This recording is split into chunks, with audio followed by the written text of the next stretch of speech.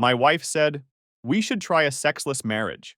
I laughed at first, thinking it was absurd. That's until things spiraled, so I took action. Before I get into this absolute clusterfuck, let me give y'all some background. I'm 32 male, been married to Sarah, 29 female, for 6 years, together for 9. Met in college when I was finishing my engineering degree. I'm not some perfect dude. I work too much, sometimes forget important dates, and I've been known to leave my socks everywhere. But I've always been loyal, supportive, and honestly thought we had a pretty damn good thing going. I grew up in a small town in the Midwest, parents still married after 35 years. Traditional upbringing, worked my ass off to get a good job, bought a house in the suburbs, the whole American dream package. Sarah was studying psychology when we met, smart as hell, ambitious, and honestly way out of my league looks-wise. She had this long brown hair, green eyes that would change color depending on what she wore, and a laugh that could light up a room. We hit it off immediately at this campus volunteering event. We were both helping build houses for Habitat for Humanity. I asked her out for coffee after, and the rest is history. Back then, our connection was insane, both emotionally and physically. Like, we'd stay up all night just talking or, not talking. We got married 3 years later in a small ceremony with just close friends and family. Bought our house a year after that. Everything was going according to plan. I was climbing the ladder at my engineering firm, and she was building her own practice as a therapist, specializing in family counseling. The irony of that isn't lost on me now. Our routine was comfortable. Weekday mornings, we'd have coffee together before work. Weekends, we'd tackle home projects or binge Netflix shows. We had date nights every other Friday. We talk about having kids eventually, but we're enjoying our time as just us. The physical side was always good. Not like honeymoon phase crazy, but regular and satisfying. Or so I thought. So there I was on a random Tuesday night, sprawled on our couch, scrolling through my phone, half watching some garbage sitcom rerun while I waited for my game to update. Sarah walks in with that look. You know the one.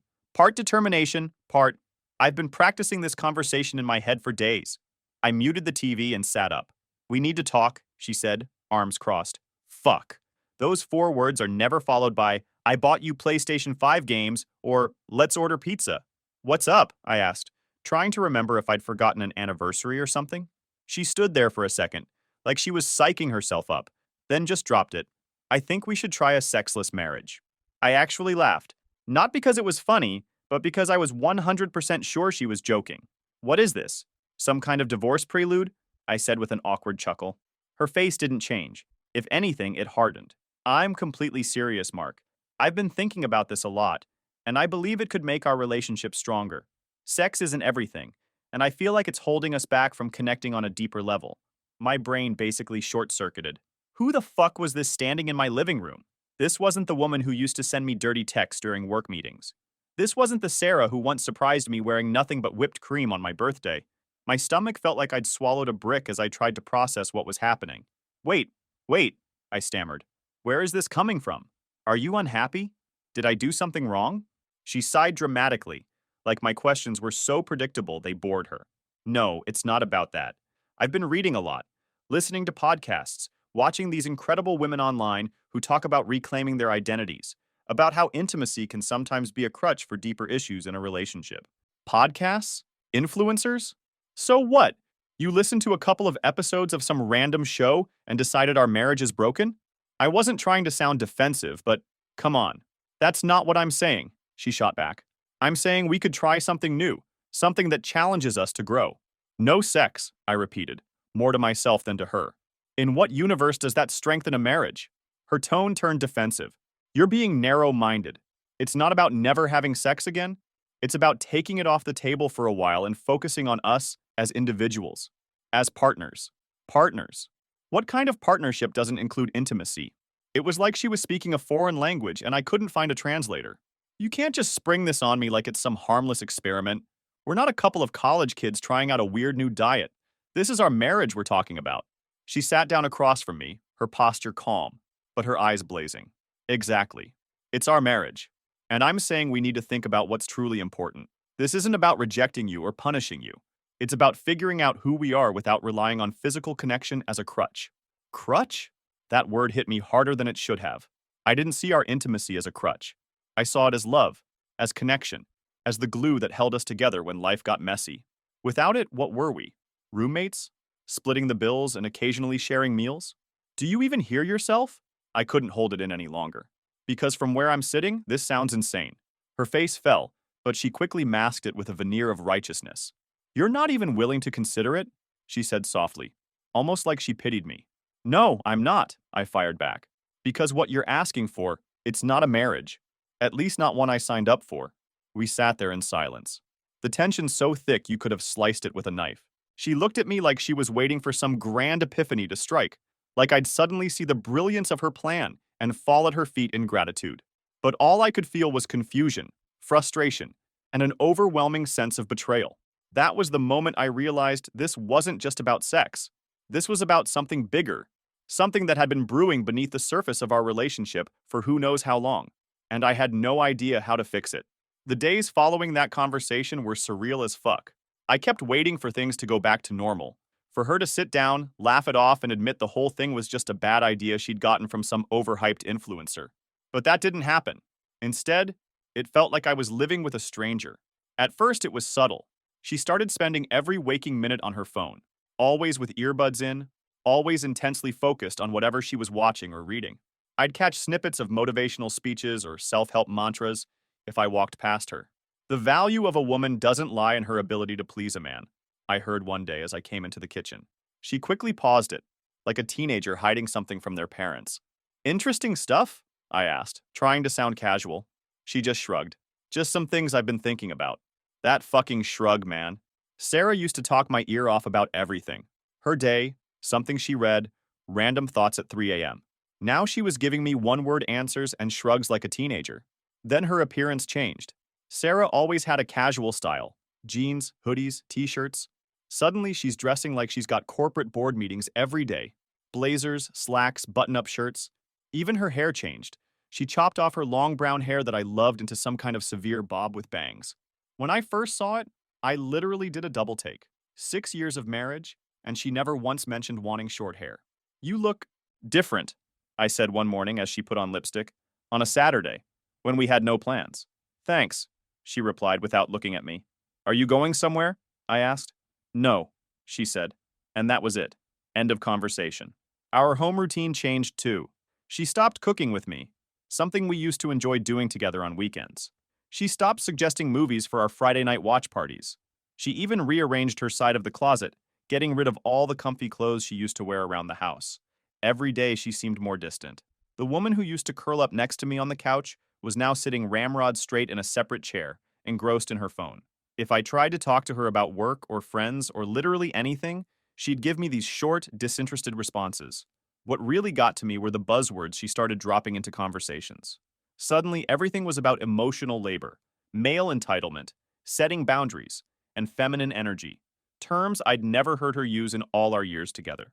I'm focusing on finding myself, she said one evening, when I tried to bring up what was happening between us. Finding yourself? What does that even mean? You're right here. I couldn't hide my frustration. You wouldn't understand, she replied, her voice flat. That line cut deeper than it should have. Was I suddenly too dense to grasp what was going on in my own marriage? We used to be able to talk about anything. Now I was being dismissed like some clueless idiot. I tried to maintain some normalcy. I kept inviting her to watch shows with me, to go for walks, to visit our favorite restaurants. She'd either decline outright or agree, but then spend the entire time distracted by her phone. Sex was completely off the table, of course.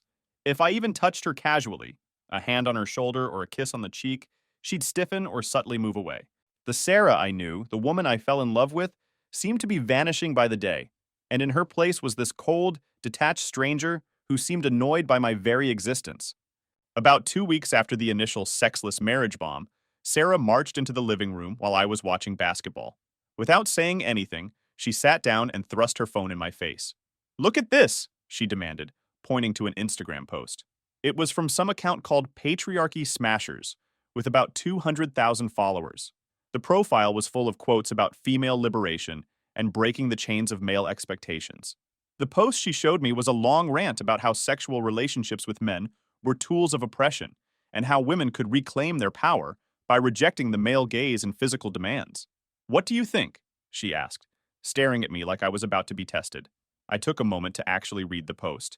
It was basically claiming that any woman in a traditional relationship was being subjugated, that sexual intimacy with men was inherently oppressive, and that true liberation came from disconnecting from male validation. The comments were full of women praising these insights and sharing how they were setting boundaries with the men in their lives. What do I think? I think this is absolute bullshit, I said honestly. This person doesn't know us or our relationship. How could some random Instagram feminist know what's best for our marriage? Her eyes narrowed. It's not about her specifically, she said with this condescending tone I'd never heard from her before.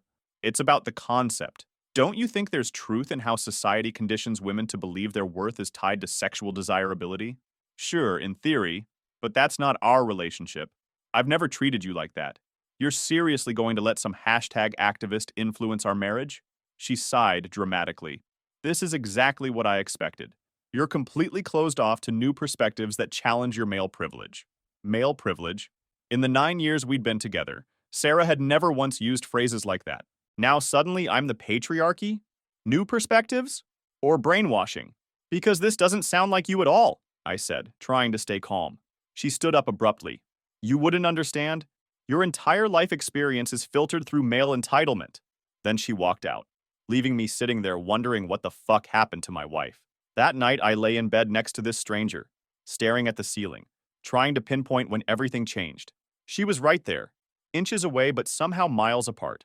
The woman I'd built a life with, planned a future with, seemed to have been replaced by some radicalized version I didn't recognize. The next day, I came home from work to find her organizing some kind of women's circle in our living room. 5 women I'd never met were sitting in a circle on our floor, burning sage, which I'm allergic to, by the way, and taking turns talking about dismantling internalized misogyny or some shit. Sarah barely acknowledged me as I walked in. We'll be done in a couple of hours, she said dismissively, like I was some delivery guy interrupting their important ceremony. I grabbed my laptop and retreated to our bedroom, listening to these strangers in my living room talk about how men were basically the source of all evil in the world. One of them was going on about how she'd freed herself from the male gaze by cutting off her husband's physical access to her body. The others murmured their approval and validation. Was this what Sarah was planning? Complete physical estrangement? I felt sick to my stomach. This wasn't a rough patch or a communication issue. This was my wife being systematically turned against our relationship by some radical ideology. After tossing and turning all night, a disturbing thought crept into my mind. What if there's someone else? I fucking hated myself for thinking it, but it made a weird kind of sense. The sudden emotional distance, the appearance changes, the secretive behavior with her phone. People don't just wake up one day and decide to drastically change their marriage unless something else is going on. While she was in the shower the next morning, I did something I'd never done before. I tried to check her phone. It was locked, of course, and the passcode had been changed. We used to know each other's passcodes, not because we snooped, but because we had nothing to hide. When did that change? Later that day, I started paying closer attention to her behavior. She was constantly glued to her phone, angling the screen away when I walked by. She'd disappear into our home office for hours, claiming she was journaling or participating in women's empowerment workshops. Every notification made her jump to check her phone. If I walked into a room while she was on it, she'd quickly switch apps or turn the screen off. Classic guilty behavior, right? One night, I pretended to be asleep when she got into bed. She immediately reached for her phone and started typing away, occasionally smiling at whatever response she was getting. Who the hell was she texting at midnight? And why did it make her smile when nothing I'd done in weeks had earned more than a cold stare? Who are you always texting? I asked the next evening, as she furiously typed on her phone. She looked up, startled, then composed herself. Just some women from my feminist collective. We're discussing the systemic oppression inherent in traditional marriage dynamics.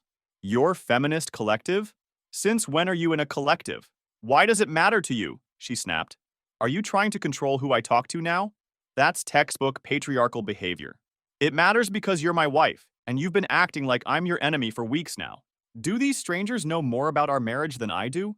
Maybe they understand me better than you do, she said coldly, then got up and left the room. That comment felt like a slap in the face. 9 years together, and suddenly some online collective understood her better than me? I started noticing other changes too. She'd put her phone face down whenever I was nearby. She'd take calls in another room, speaking in hushed tones. She changed all her passwords, email, social media, even our shared Amazon account. One afternoon, I came home early from work and heard her laughing in her office. A genuine, joyful laugh I hadn't heard directed at me in weeks. When I knocked and opened the door, She quickly ended her video call and switched to a blank document on her screen. Sorry, didn't mean to interrupt, I said, watching her face carefully. It's fine, just wrapping up, she replied, not meeting my eyes. Who were you talking to? Sounded like you were having fun. Just the collective. We were discussing dismantling beauty standards. Yeah, dismantling beauty standards. Real hilarious topic. The paranoia began eating away at me. Every little thing felt like evidence. The phone glued to her hand, the locked screens, the vague answers, the late-night texting, the secret calls, the appearance changes. My mind was creating worst-case scenarios on loop. Was she emotionally cheating? Physically cheating? Being manipulated by some kind of cult? I couldn't concentrate at work. I was losing sleep. I kept replaying our history, trying to figure out if I'd missed warning signs. Had she been unhappy for a long time? Was there someone specific who'd caught her attention? Or was this truly just some bizarre ideological conversion? My suspicion turned into full-blown paranoia. Every notification on her phone, every secretive smile as she typed, every late-night workshop. My mind was creating worst-case scenarios on loop. One night she fell asleep early, and her laptop was still open on the kitchen table. I knew it was wrong, but I was desperate to understand what was happening. I expected to find her browser history cleared, but instead I hit the jackpot. She'd forgotten to log out of her email. Most of it was newsletters from these feminist accounts and updates from various empowerment forums. But then I saw a folder labeled Personal with dozens of emails from someone named Alex. I clicked on one from 2 weeks ago. Sarah, our conversation last night was incredible. I've never connected with anyone on such a deep level. You're truly awakening to your authentic power, and it's beautiful to witness. The way you described your situation at home, it's so common. Men simply cannot understand the emotional labor women perform daily in heteronormative relationships. You deserve so much more than what you've settled for. I can't wait for our call tomorrow. Alex, another, more recent. I'm so proud of you for setting boundaries. That's a huge step. Remember, you don't owe him physical intimacy. Your body is yours alone. These feelings of guilt are just your conditioning. Break free from that. I'm here for you whenever you need to talk. Same time tonight? Alex. Who the fuck was Alex? Was it a man? A woman? It wasn't clear from the emails, but whoever it was, they were clearly encouraging Sarah to blow up our marriage. I kept reading and found an email from 3 days ago. Sarah, the more you tell me about him, the more I see the classic signs of emotional manipulation. He's trying to make you feel guilty for your personal growth. That's not love. It's control. You deserve space to explore who you are outside of his expectations. I'm here to support you every step of the way. Alex, I was absolutely livid. This person had never met me, knew nothing about our relationship, and was painting me as some kind of abusive monster. And Sarah was just accepting it, feeding this stranger details about our private life. I scrolled through more emails and found a meditation group Sarah had apparently joined, led by this Alex person. There were Zoom links for nightly sessions and references to private calls they'd been having. As I dug deeper, I found donation receipts. Sarah had sent money to this authentic feminine collective, $200 here, $350 there, adding up to over $3,000 from our joint account over the past month. What the actual fuck? We always consulted each other before making any purchase over $500, and here she was sending thousands to some online group? I also found a PDF titled Liberation Guide that outlined a 12-step process for freeing yourself from patriarchal relationship structures. Step 1 was recognize your conditioning. Step 2 was establish physical boundaries, including suggestions for creating a sexless relationship. Step 6 was divest from male approval, with tips on changing your appearance to please yourself rather than men. It was like a fucking cult handbook. Everything suddenly made sense. The personality change, the new vocabulary, the coldness, the appearance changes, the women's circles, the secrecy. Sarah was being manipulated by whatever this group was, and this Alex person was completely messing with her head. I snapped a few photos of the most damning emails with my phone, including the donation receipts, then carefully closed the laptop exactly as I'd found it. I needed time to process this and figure out my next move. I didn't confront her immediately. Part of me was still processing what I'd found, and part of me wanted to see how far this would go. Over the next few days, I noticed she was attending these meditation sessions every night, always with her door closed and locked. I did some research on this authentic feminine collective. Their website was full of vague empowerment language and testimonials from women who had transformed their lives through the program. The founder, Alexandra Reeves, Alex presumably, described herself as a spiritual guide and feminist awakener who had liberated herself from patriarchal bondage after leaving her husband of 15 years. The site offered different membership tiers, from a basic $49 a month for access to group sessions up to a $499 a month transformation package that included private coaching. There was also a donate button for supporting the collective's mission. It had all the hallmarks of a sophisticated scam targeting vulnerable women. The breaking point came after dinner one night. I'd cooked, as I did most nights now, and she'd barely touched her food, too busy checking the time every few minutes. "I need to go," she said, standing up and leaving her plate. "I have an important session at 8. "Sure," I said, my tone flat. "You go lock yourself in the office with your new best friend Alex while I clean up." Again, she froze, then slowly turned to face me. "What did you just say?" I put down my fork and met her gaze. "You heard me. Alex. Your guru or whatever who's been filling your head with all this bullshit about me being some kind of oppressive monster." Her face went white, then flushed red. "You went through my emails? How dare you invade my privacy like that?" "Privacy? Since when do we have secrets in this marriage? You've been talking to some stranger about our personal life for weeks, letting them convince you I'm some kind of villain, and I'm the bad guy for finding out." "You had no right," she shouted, hands shaking. "This is exactly why I need space from you. You're controlling and possessive." I laughed, but there was no humor in it. "Controlling? I've been watching my wife turn into a complete stranger, spouting phrases she never used before, treating me like an enemy, and apparently sharing every detail of our relationship with some random collective online. And I'm supposed to just sit back and be cool with it? Alex understands what I'm going through. The collective supports my journey of self-discovery without judgment. They see me as a complete person, not just as an object for male gratification. Object? Are you fucking kidding me? 9 years together, and you think that's how I see you? I've supported every ambition you've ever had. I encouraged you to get your master's degree, to start your own practice. When have I ever treated you like an object? You just don't get it," she said, with this infuriating condescension. "Your male perspective blinds you to the subtle ways you exert control. And Alex's perspective is so much more enlightened, I guess? This person who's never met me, never seen us together, knows more about our relationship than I do? Alex is helping me find my authentic self. Your authentic self was just fine before this cult got its hooks in you." Her eyes narrowed dangerously. "It's not a cult. It's a supportive community of like-minded individuals who understand the female experience. A supportive community that encourages you to blow up your marriage? That tells you your husband is manipulative and controlling based on absolutely nothing? That has you changing everything about yourself? Sounds like the textbook definition of a cult to me. You're just threatened because I'm no longer centering my life around your needs and desires." "Centering your life? When have I ever asked you to do that? You're the one who changed overnight. You're the one who decided our marriage should suddenly be sexless.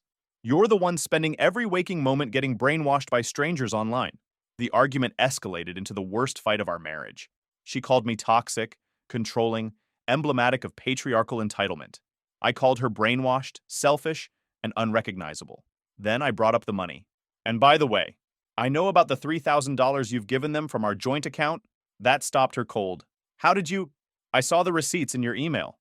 You've been sending hundreds of dollars to these people without even mentioning it to me. How is that okay? We always talk about big purchases, but suddenly you're funneling thousands to some online guru without a word." "It's an investment in my growth," she said, but she had the decency to look slightly embarrassed. "It's a fucking scam, Sarah. These people are taking advantage of you. They're isolating you from your support system. That's what cults do. They convince you that everyone who questions them is your enemy. They get you to change your appearance, your language, your relationships, and then they take your money. You don't understand what this means to me," she insisted, but I could see a flicker of doubt in her eyes for the first time. At one point, I finally asked the question that had been burning in my mind. "Are you sleeping with Alex?" She looked at me like I'd slapped her. "How dare you? That just shows how little you think of me, that you immediately assume I'm cheating. What am I supposed to think? You suddenly want a sexless marriage. You're constantly hiding your phone. You're having private sessions with some guru who's telling you your husband is the enemy. Connect the dots for me, Sarah. I would never cheat on you. The fact that you'd even suggest it just proves you don't know me at all. I don't know you anymore because you're not the same person. The Sarah I married wouldn't join some online cult and let them dictate our relationship." She stormed off to the office, slamming the door behind her. I heard her lock it, and minutes later, the muffled sound of her talking to someone, presumably her precious Alex. I sat in our kitchen, surrounded by the ruins of the dinner I'd made, wondering how the hell we'd gotten here. Something had to give. We couldn't keep living like this. After that blowout, we barely spoke for days. I tried to process everything, weighing my options. I could continue fighting for a marriage with someone who clearly didn't want the same thing anymore, or I could take control of my own life. I chose the latter. Without telling Sarah, I contacted a lawyer and learned everything I needed to know about protecting myself. Then I made an appointment with a financial advisor and began quietly separating our finances. I opened a new bank account, transferred my portion of our savings, and made sure my paycheck would go to the new account. I documented everything: the changes in her behavior, the emails from Alex, the money she'd sent to the collective. I even recorded a couple of our arguments where she was spouting cult-like language, just in case. Next, I called my buddy Ryan, who owns a real estate company. Within a week, he found me a sweet apartment downtown. Modern, great views, walking distance to shops and restaurants. I signed the lease immediately.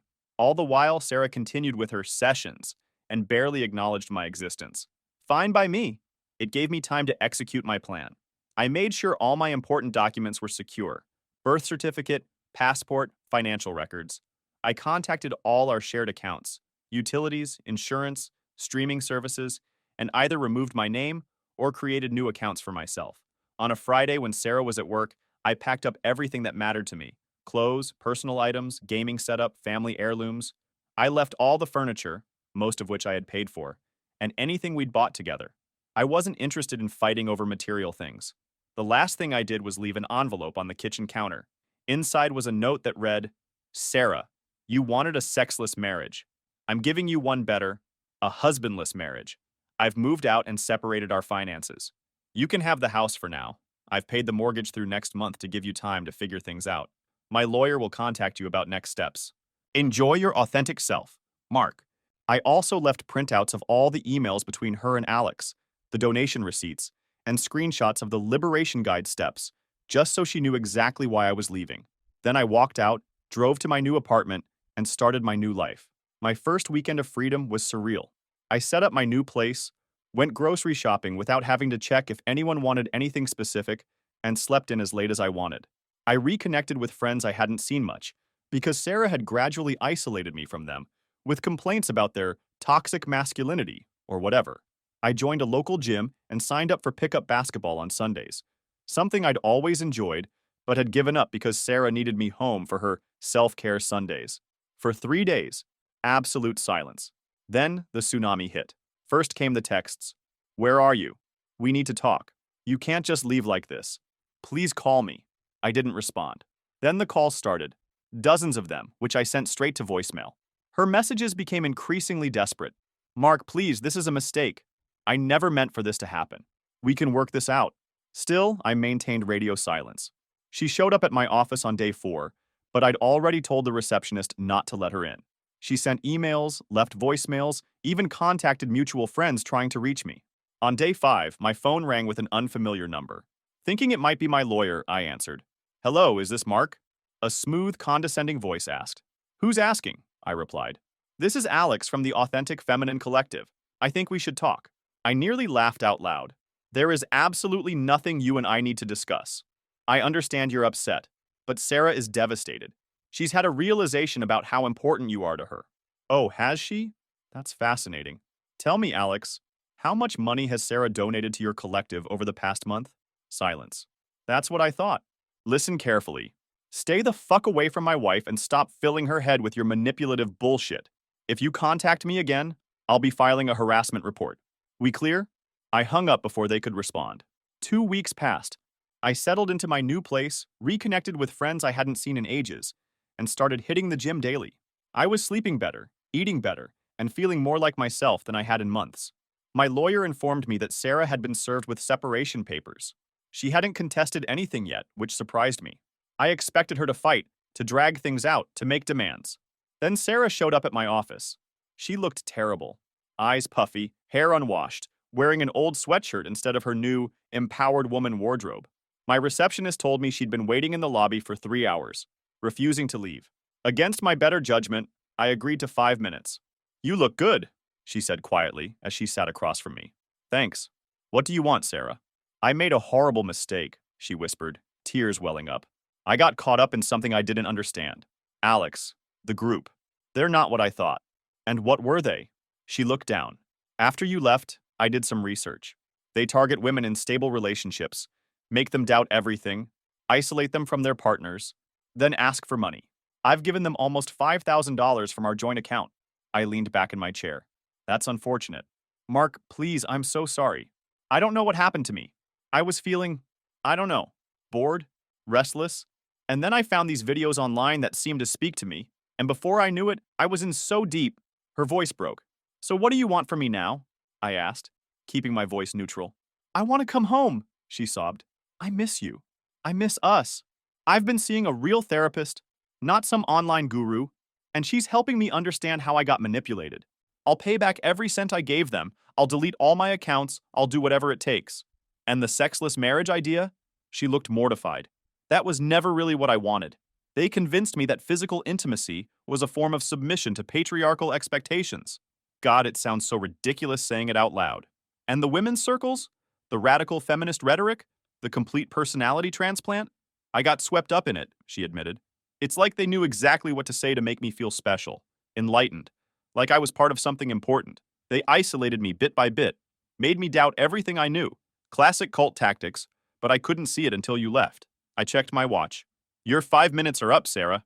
Please, she begged, reaching for my hand across the desk. I love you. I made a terrible mistake. I'll do anything to fix this. I pulled my hand away.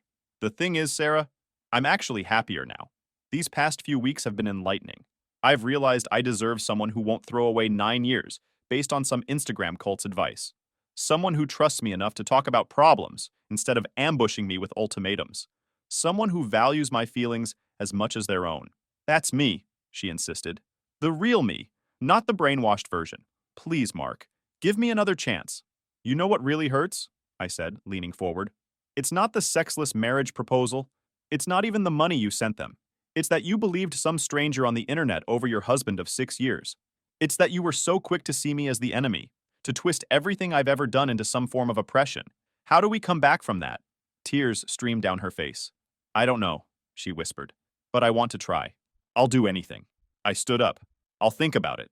That's all I can offer right now. As I walked her out, she turned to me with puffy, desperate eyes. Can I call you? Maybe we could have dinner next week? Just to talk? I'll call you, I said firmly. Maybe, but don't sit around waiting. I watched her walk away, shoulders slumped, completely different from the cold, empowered feminist who had demanded a sexless marriage just a month before. The truth is, I don't know if I'll call her. Part of me still loves the woman I married, but I'm not sure she exists anymore. The other part is enjoying my freedom and the attention I've been getting as a newly single guy with his shit together. 3 days later, I received an unexpected email. It was from Alex, but not to me. It was a mass email sent to everyone in the collective, and Sarah had forwarded it to me. It read, Beloved sisters, it is with a heavy heart that I must announce the Authentic Feminine Collective will be taking a brief hiatus while I attend to some personal matters. Some individuals have made baseless accusations about our sacred work, and I must focus my energy on addressing these attacks. Your monthly subscriptions will remain active to secure your place when we return. Stay strong in your authenticity. Alex. Sarah had added a note. FYI, she's running because 3 other women and I have reported her to the authorities for fraud. Thought you'd want to know. I had to admit, I was impressed. The old Sarah was showing signs of life, taking action, fighting back against someone who had wronged her. It was the first glimpse of the woman I'd fallen in love with that I'd seen in months. That evening, my doorbell rang. It was Sarah again, but different this time. She looked more put together. Her hair was back to its natural style. The severe makeup was gone, and she was wearing jeans and a t-shirt like she used to. I didn't come to beg, she said immediately. I just wanted to drop this off. She handed me an envelope. Inside was a check for $5,000, the full amount she'd given to the collective, plus extra. I sold my designer clothes and some jewelry to cover it, she explained. I know it doesn't fix anything, but it's a start. Thank you, I said, genuinely surprised. You didn't have to do that. Yes, I did, she replied. And there's something else. She handed me a folder containing printouts of emails she'd sent to other women in the collective, warning them about Alex's manipulation tactics. She'd also included screenshots of a support group she'd started for women who had been similarly manipulated. I'm trying to help others who got sucked in, she said. It's the only way I can make something positive out of this mess. I nodded, impressed despite myself. That's actually really great, Sarah. I'm not asking for anything, she said quickly. I just thought you should know I'm working on myself. For real this time, not some fake authentic self bullshit. As she turned to leave, I found myself saying, maybe we could get coffee sometime, just to talk. She looked back, a glimmer of hope in her eyes. I'd like that. I still don't know what's going to happen with us. Maybe we'll try again. Maybe we won't. But for the first time in months, I feel like I'm talking to the real Sarah again, not some cult-programmed robot. And right now, I'm in control of my life, my choices, and my future. Whatever happens next will be on my terms.